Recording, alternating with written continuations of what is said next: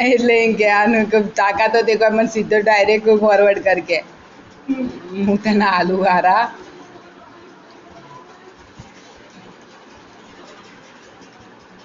કાલ તો ગાડી વાળાને જોરદાર જાપતો ગાડી થઈ ગઈ ઘરે આવી ગઈ અને પછી ને પહેલા સર્વિસ વાળાને બધું પૂછ્યું કે શું શું હતું એક સેન્સરનો પ્રોબ્લેમ હતી હજુ ના હવે તો કરીએ પછી મેં એને કીધું તો ભાઈ તમે મને ફોલ્ટ વાળી ગાડી આપી છે મને તે જે મને 9 લાખમાં આપી ને મેં હું 8 લાખમાં ના લઉં બરાબર મને તે પાછી ગાલવાનું કેવું હતું કે પેમેન્ટ તો રિપ્લેસમાં જ જોઈએ મને બિલકુલ સેટિસ્ફેક્શન નથી રિપ્લેસમાં જોઈએ ફોન કરીને પાછો હેરાન કરે કોણ હું એને હેરાન કરીશ અને અમે પૂછાવડાવ્યું બીજી પાલનપુરમાં બધી જગ્યાએ આરટીઓ ને એવું થઈ જાય ને એના પછી વોરંટીમાં તમને કાર એટલી બધી રીતે કરી આપે ફ્રીમાં પણ રિપ્લેસ નહીં થતી મારા કાકાની છોકરી છે પણ તો એનું તો હું બધું ખાઈ જ રાખી બરોબર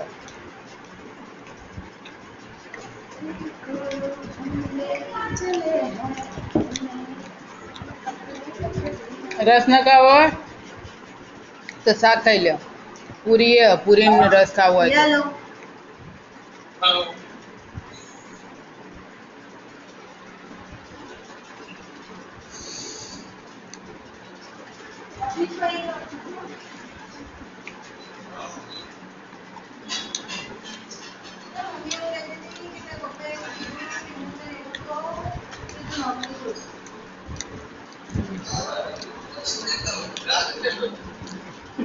મારથી થતી નહીં છે પણ અમનમાં પપ્પા ઉપર વિશ્વાસ નહીં આવતો અમારે છોડી જ દેવી એ કે તાર પછી ને બે લાઈન દીધી તાર માટે બોલી કે મારતી એ થતી નહીં નહીં દેખ હા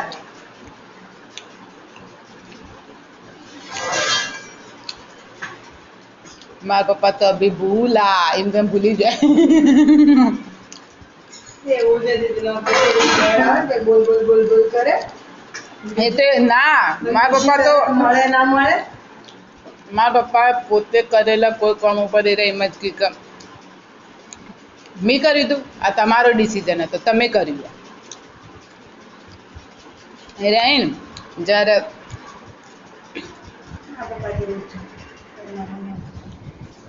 મારા પપ્પા એટલું ફોર્સ નહીં કર્યા મારા પપ્પા